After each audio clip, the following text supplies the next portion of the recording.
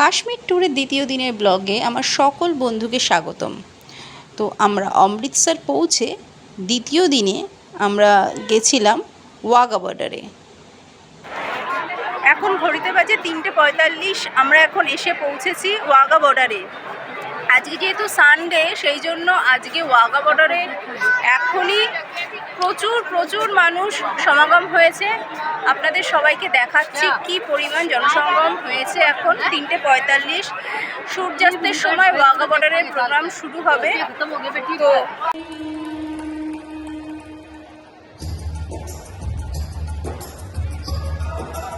আমরা প্রথমের দিকেই বসেছিলাম, আর এখানকার প্রথা অনুযায়ী বিএসএফরা প্রচুর মহিলাদের চুজ করে ফ্ল্যাগ রেসের মধ্যে দিয়ে এদের প্রোগ্রাম শুরু করার জন্য। তো সেখানে আমাদেরকেও এরা নির্বাচিত করে। তো এখানে দেখুন আপনারা, আমরা ফ্ল্যাগ রেস করছিলাম, সেটা দিয়েই প্রোগ্রাম জেনারেলি শুরু হয়। তো সে এক আলাদাই অনুভূতি যখন ভারতের জাতীয় পতাকা নিয়ে এত লোকের সামনে দিয়ে আমরা সেটা রিপ্রেজেন্ট করছিলাম ফ্ল্যাগ রেসের মাধ্যমে। সত্যি গায়ে কাটা দিচ্ছিল তখন, সে এক অন্য রকমের অনুভূতি।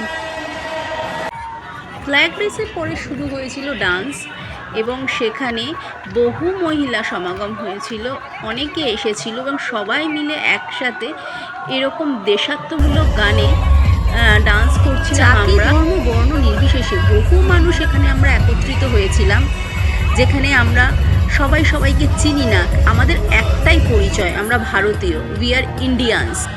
সকল ভারতীয় একত্রিত হয়ে আমরা আনন্দে অংশগ্রহণ করেছিলাম। শুধুমাত্র ছিল একটা গেটের অন্তর, গেটের এই পারে সমস্ত ভারতীয়রা জমায়েত হয়েছিল এবং আনন্দ করছিল। ঠিক তেমনি গেটের উল্টো দিকে মানে ওপারে সকল পাকিস্তানিরা জমায়েত হয়েছিল এবং তারাও আনন্দ করছিল।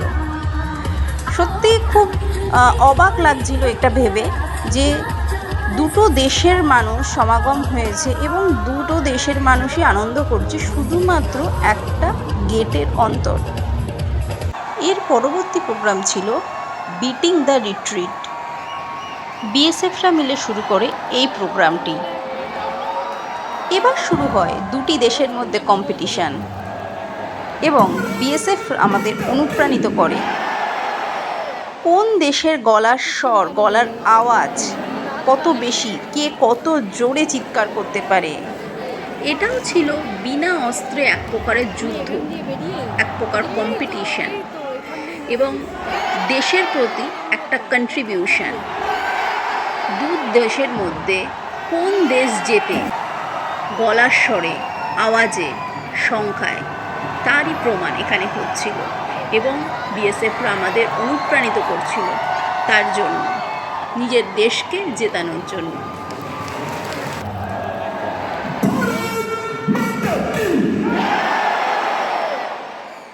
যখন আমরা সকল ভারতীয়রা একত্রিত হয়ে নিজেদের গলার আওয়াজ তুলছিলাম, চিৎকার করছিলাম, সত্যি নিজেদের স্বরটাই নিজেদের কানে এসে গায়ে কাটা দিচ্ছিল। দুটো দেশের মধ্যে চলছিল এক প্রকার কম্পিটিশন।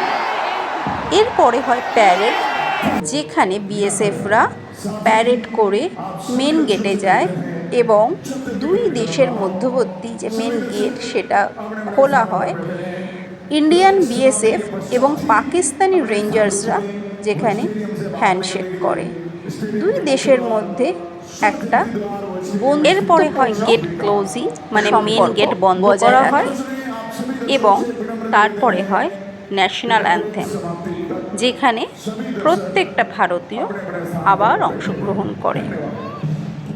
সূর্যাস্তের পূর্বে প্রত্যেক দিন ওয়াঘা বর্ডারে এই প্রোগ্রামটি হয়।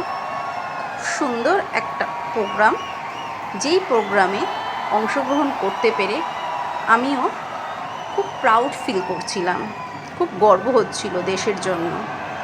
এরপরে হয় ফ্ল্যাগ লোয়ারিং, যেখানে দুই দেশেরই বিএসএফ এবং পাকিস্তানি রেঞ্জার্সরা ফ্ল্যাগ লোয়ারিং করে। এইভাবে ওয়াঘা বর্ডারের এই সুন্দর প্রোগ্রামটি শেষ হয়। তো বন্ধুরা, এই ছিল আমার আজকের ভিডিও।